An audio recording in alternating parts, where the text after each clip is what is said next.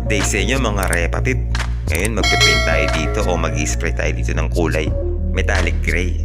Napakadali lang gawin ito mga Repa Pips. Basta sundan nyo lang itong video na ginawa ko para sa inyo.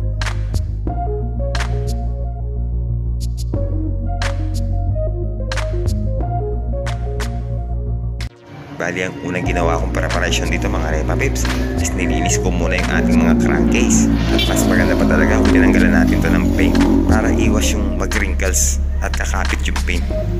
Bali, dito is mag-umpisa na tayong mag-primer mga Repa Pips. At ang ginamit natin primer dito is yung epoxy primer.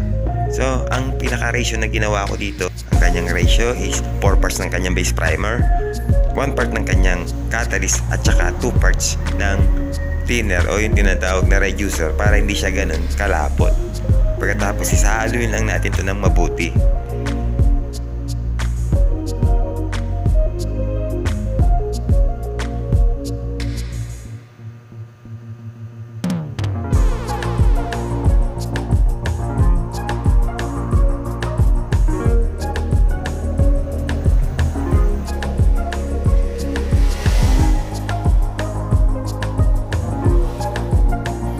Bali, sa unang apply ng ating primer dito mga Repa Pips, iswag muna natin itong kakapalan.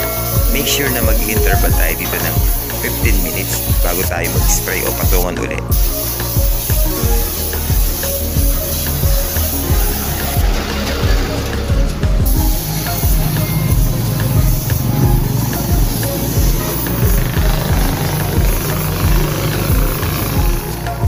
Bali, dito naman tayo sa pinaka-base color mga Repa Pips. Bali, ang ginawa kong kulay dito is dalawang klase lang ng paint ang pinaghalo ko, which is yung tinatawag na metallic silver at saka yung kulay jet black mga Repa Pips. Bali, ito yung metallic silver na pinang-base ko. Pagkatapos linagyan ko lang ito ng kulay black mga Repa Pips. Tapos lumabas na yung ating metallic na gray.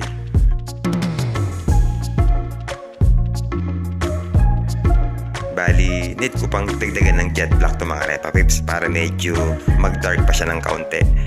Bali, pagka nakuha na natin yung gusto nating shade na kulay is lalagyan na natin to o mag-a-add na tayo dito ng thinner. So kung gaano karami yung ating base na kulay is ganun din thinner yung ilalagay natin. Kumbaga yung kanyang ratio is 1:1 na mga Repa Pips. Bali, huwag nyo nga palang kakalimutan mga Repaps na bago kayo mag-apply ng base na kulay dito is need muna na naliya muna yung ating primer ng 1000 grit na papintilya. Bali, ganun din yung pag-spray nito mga Repa Pips. Need din natin dito na mag-interval ng 15 minutes bago natin patungan uli o sprayan uli para iwas yung may manunulo man.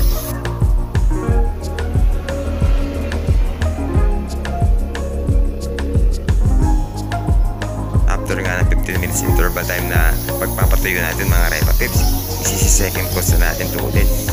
Bali, ganun lang din yung gagawin natin ulit mga Repa Pips. After nito is need natin itong patuyuin ulit ng 15 minutes bago natin ito i-last coat at ipo-full coat na natin sa pinakahuling spray natin mga Repa Pips.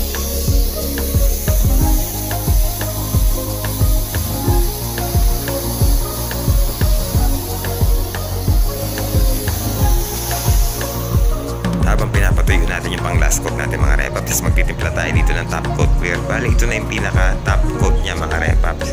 Bali, yung nga palang top coat clear na ginamit natin dito is yung Ihipik mga Repa Pips at meron siyang ratio na 4:1 lang.